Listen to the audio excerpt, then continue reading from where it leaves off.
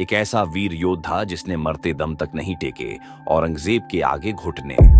जी हाँ, हम बात कर रहे हैं वीर छत्रपति शिवाजी महाराज के पुत्र संभाजी महाराज की। आइए जानते हैं संभाजी महाराज के जीवन की संपूर्ण गाथा। छत्रपति संभाजी महाराज एक सच्चे धर्मवीर थे, जिन्होंने अपने पिता छत्रपति शिवाजी महाराज की तरह औरंगजेब के सामने घुटने नहीं टेके। हालांकि औरंगजेब ने संभाजी महाराज को 40 दिनों से अधिक समय तक क्रूरतापूर्वक प्रताड़ित किया था। हिंदुओं को संभाजी महाराज से धर्म के लिए बलिदान करना सीखना चाहिए। वे संस्कृत भाषा के विद्वान थे। उन्होंने अकेले ही औरंगजेब की विशाल सेना के साथ 9 वर्षों तक युद्ध किया। उन्होंने और उनके बाद मराठा शासकों ने औरंगजेब को 27 वर्षों तक महाराष्ट्र में रखा, जिसके परिणाम स्वरूप अंततः उत्तर भारत में हिंदू शासन की स्थापना हुई। संभाजी महाराज ने गोवा में पुर्तगालियों के साथ भी युद्ध किया, क्योंकि वे हिंदुओं के बड़े पैमाने पर धर्मांतरण की योजना बना रहे थे और उन्होंने गोवा में हिंदू मंदिरों को ध्वस्त कर दिया था। संभाजी महाराज ने 2 वर्ष की आयु में अपनी मां साईबाई को खो दिया था। उनकी मृत्यु के बाद उनकी नानी जीजाबाई ने उनकी देखभाल की। शुरू में उनकी सौतेली मां सोयराबाई भी उनसे बहुत प्यार करती थीं। संभाजी महाराज सही मायने में एक बाघ शावक थे। वह बेहद सुंदर थे और उनमें अपार वीरता थी। वह संस्कृत और 8 अन्य भाषाओं के विद्वान थे।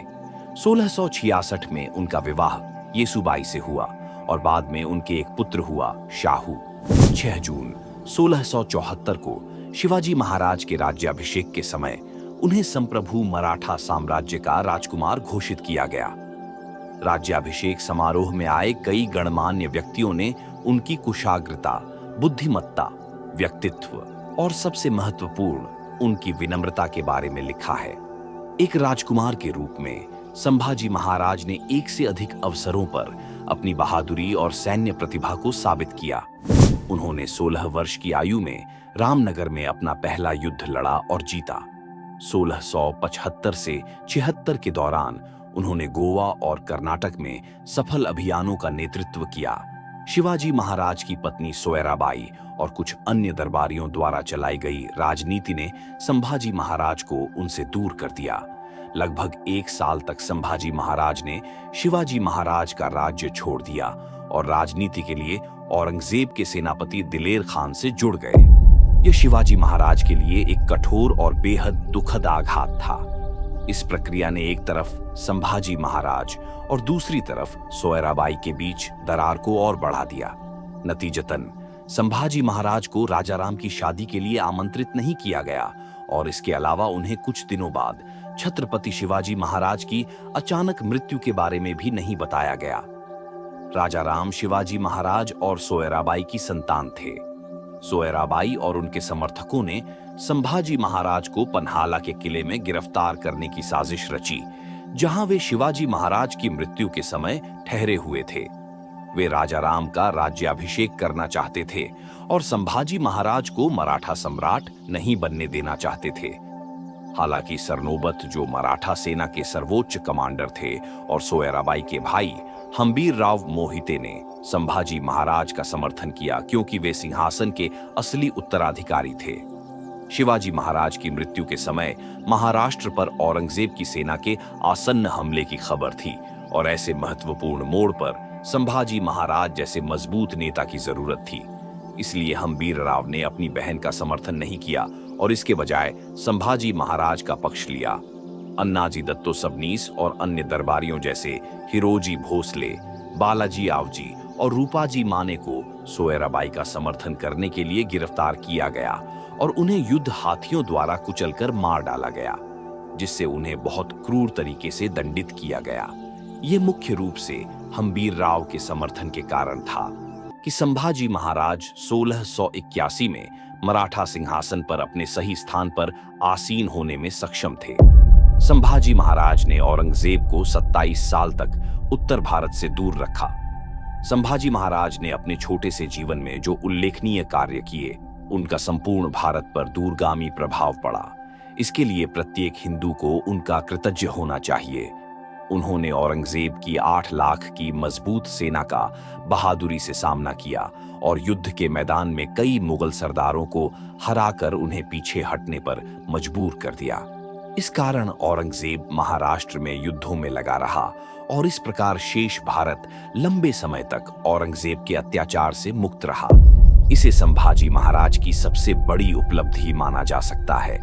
यदि संभाजी महाराज औरंगजेब के साथ समझौता कर लेते और उसके अधीन रहने का प्रस्ताव स्वीकार कर लेते, तो अगले 2 या 3 वर्षों में औरंगजेब फिर से उत्तर भारत पर कब्जा कर लेता।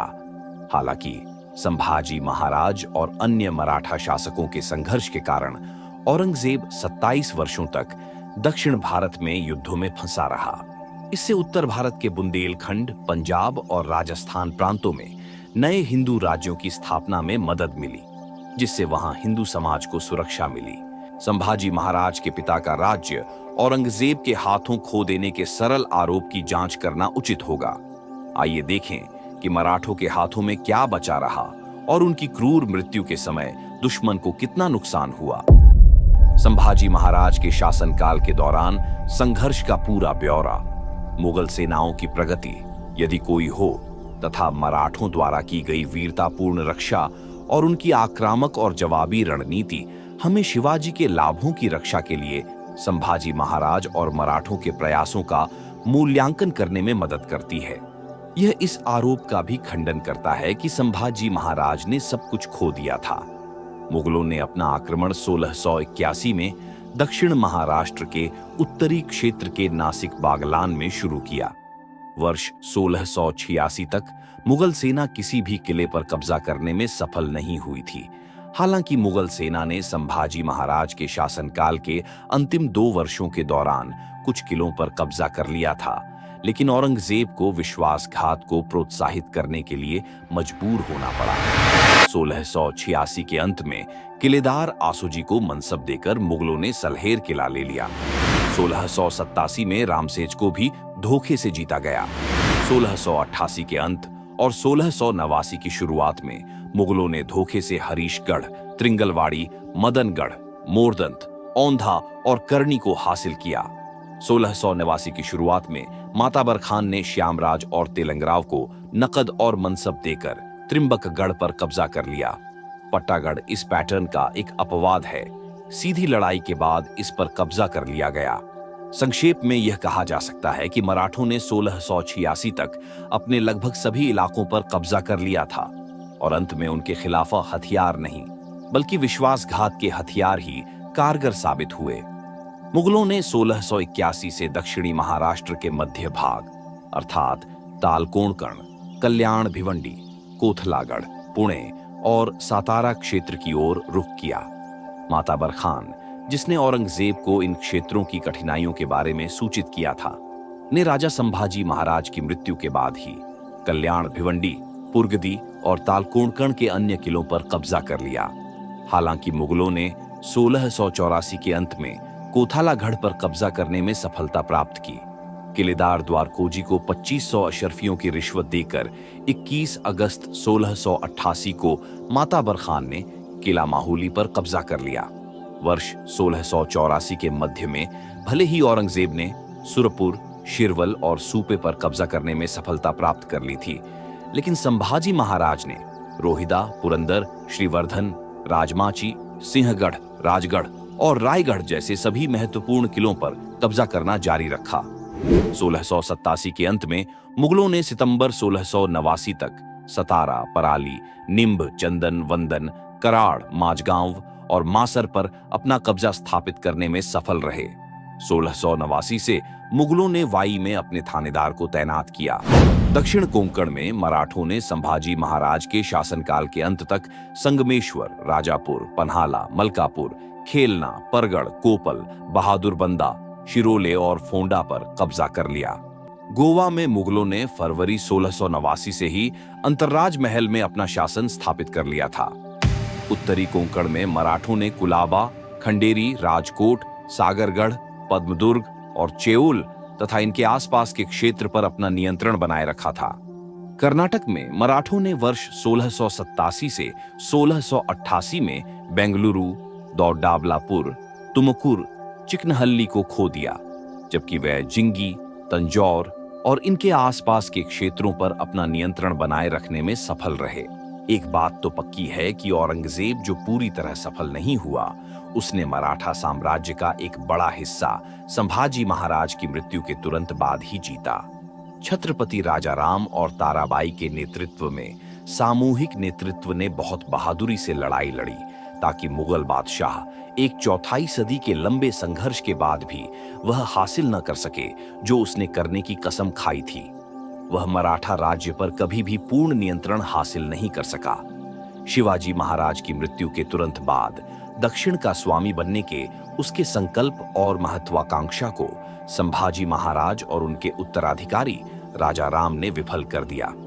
प्रसिद्ध इतिहासकार सर जदुनाथ सरकार और विंसेंट स्मिथ ने बहुत सटीक रूप से कहा है कि अगर नेपोलियन कह सकता था कि यह स्पेनिश अल्सर था जिसने मुझे बर्बाद कर दिया, तो औरंगजेब भी कह सकता था कि डेक्कन युद्धों ने न केवल उसके अपने काम को बर्बाद कर दिया, बल्कि उसके पूर्ववर्तियों के काम को भी बर्बाद कर दिया।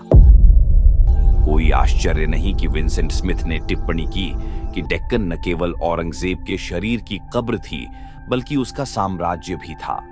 यह सही कहा गया है कि औरंगजेब के व्यक्तित्व के साथ साथ मराठों को नष्ट करने की उसकी महत्वाकांक्षा भी दक्कन में ही दबी हुई थी। यह भी कहा जा सकता है कि शिवाजी महाराज द्वारा तैयार की गई बहादुर देशभक्तों की पीढ़ी ने औरंगजेब की सेनाओं के खिलाफ 25 साल तक कष्टदायक कठिनाइयों और एक विशाल और सुसज्जित सेना का सामना किया। ये कहा जा सकता है कि दुनिया के इतिहास में ऐसे वीरतापूर्ण और प्रेरक प्रतिरोध के संघर्षों का उल्लेख बहुत कम है, अगर कोई है भी तो, जिसका नेतृत्व एक युवा राजा, उसके छोटे भाई और एक महिला ने किया हो। यहीं शिवाजी महाराज की प्रतिभा की असली सफलता निहित है। जब उन्हें औरंगजेब के सामने लाया गया, तो बाद में औरंगजेब ने संभाजी महाराज को जीवित रहने की पेशकश की यदि उन्होंने सभी मराठा किलों को आत्मसमर्पण कर दिया, अपने सभी छिपे हुए खजाने को सौंप दिया और उन सभी मुगल अधिकारियों के नाम बताए जिन्होंने उनकी मदद की थी। संभाजी महाराज ने इनकार कर दिया और इसके बजाय महादेव की स्तुति गाई। औरंगजेब ने उन्हें और कवि कलश को मौत के घाट उतारने का आदेश दिया। संभाजी महाराज और कवि कलश को एक पखवाड़े से अधिक समय तक क्रूरतापूर्वक प्रताड़ित किया गया। यातना में उनकी आंखें और जीभ निकालना और उनके नाखून निकालना शामिल था। बाद के हिस्से में उनकी त्वचा निकालना शामिल था। 11 मार्च 1689 को संभाजी महाराज को अंततः मार दिया गया, कथित तौर पर उन्हें वाघनाखे, जो एक प्रकार का बाघ के पंजे से बना हथियार होता है, के साथ आगे और पीछे से फाड़ दिया गया। हर यातना के बाद औरंगजेब उनसे पूछता कि क्या उनका मन भर गया है और क्या वे धर्म परिवर्तन करना चाहते हैं, लेकिन साहसी राजा ने मना कर दिया। ऐसा करके उन्होंने धर्मवीर की उपाधि अर्जित की, जिसके नाम से वे आज भी जाने जाते हैं। औरंगजेब ने संभाजी महाराज के शरीर को टुकड़ों में काटकर नदी में फेंकने का आदेश दिया। वधू नामक पास के गांव के निवासियों ने उनके शरीर के जितने भी टुकड़े मिल सके उन्हें इकट्ठा किया, उन्हें एक साथ सिल दिया और उनके शरीर पर अंतिम संस्कार किया।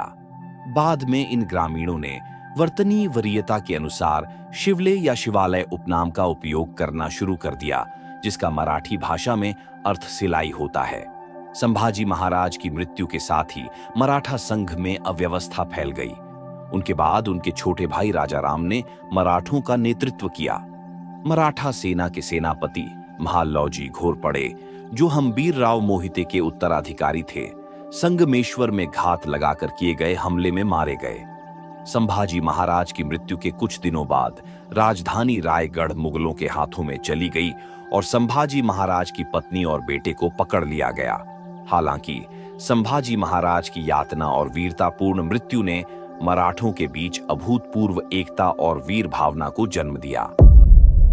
औरंगजेब ने मराठों के खिलाफ अपना भयानक युद्ध अगले 18 वर्षों तक जारी रखा, लेकिन मराठा राज्य को अपने अधीन नहीं कर सका। औरंगजेब ने अपने जीवन के अंतिम 25 वर्ष दक्कन में बिताए, मराठों को हराने के लिए लगातार युद्ध करते हुए। 1707 में महाराष्ट्र के अहमदनगर में उनकी मृत्यु हो गई। 1737 में संभाजी महाराज की यातना और मृत्यु के 50 वर्षों के भीतर मराठा जाट सहयोगी सेनाओं ने दिल्ली में प्रवेश किया और पूरे पश्चिमी, मध्य और उत्तरी भारत के अधिकांश हिस्सों पर हिंदू शासन को फिर से स्थापित किया। 1192 के बाद यह पहली बार था जब पृथ्वीराज चौहान को मोहम्मद गोरी ने हराया था कि 1556 में हेमू द्वारा थोड़े समय के लिए दिल्ली को छोड़कर हिंदू सेना के नियंत्रण में था। मराठा साम्राज्य भारत में सबसे प्रमुख सैन्य शक्ति बना रहा जब तक कि उन्होंने 3 एंग्लो मराठा युद्धों के बाद अंग्रेजों के हाथों सत्ता नहीं खो दी, जिनमें से अंतिम 1818 में समाप्त हुआ। अगर आपको यह वीडियो अच्छी लगी हो तो वीडियो को लाइक करें और चैनल को सब्सक्राइब करना ना भूलें। धन्यवाद।